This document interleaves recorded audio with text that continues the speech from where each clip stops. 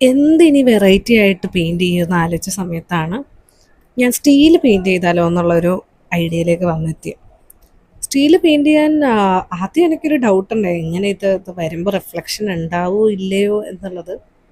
പക്ഷേ ചെറിയ ബുക്കിൽ ചെയ്തുകൊണ്ടാണോ എന്നറിയില്ല, എൻ്റെ ഗ്ലാസ് കുറച്ചങ്ങ് പാളിപ്പോയി. പക്ഷേ ഐ തിങ്ക് ജഗ് അത്യാവശ്യം മെനക്കി വന്നിട്ടുണ്ട്. ഇതിൽ ഞാൻ യൂസ് ചെയ്ത കളർ എന്ന് പറയുന്നത് യൂഷ്വൽ ഫേബ്ര കാസ്റ്റലിൻ്റെ ഒരു നോർമൽ വാട്ടർ കളർ, എല്ലാവർക്കും അവൈലബിൾ ആയിട്ടുള്ള ഒരെണ്ണമാണ് ഞാൻ യൂസ് ചെയ്യുന്നത്. അത് I think the cost is around 60 rupees something. നമുക്ക് ഈസിലി മാർക്കറ്റിൽ അവൈലബിൾ ആയിട്ടുള്ള പെയിൻറ്റും പിന്നെ ബ്രഷ് നോർമലായിട്ട് വാട്ടർ കളർ ചെയ്യുന്ന ഒരു ബ്രഷും വെച്ചിട്ടാണ് ഞാൻ ഈ പെയിൻറ്റിങ് ചെയ്തത്. ഇതിൽ ഞാൻ യൂസ് ചെയ്ത പിഗ്മെൻറ്റ്സ് എന്ന് പറയുമ്പോൾ ഗ്രേ കളറും പിന്നെ ബ്ലാക്ക് ആണ് കൂടുതലും. പിന്നെ ആ റിഫ്ലക്ഷൻ അല്ലെങ്കിൽ ആ ബ്ലെൻഡിങ് ചെയ്യാനായിട്ട് കൂടുതലും ആ പോർഷനിൽ വാട്ടർ യൂസ് ചെയ്യുക എന്നുള്ളതാണ്.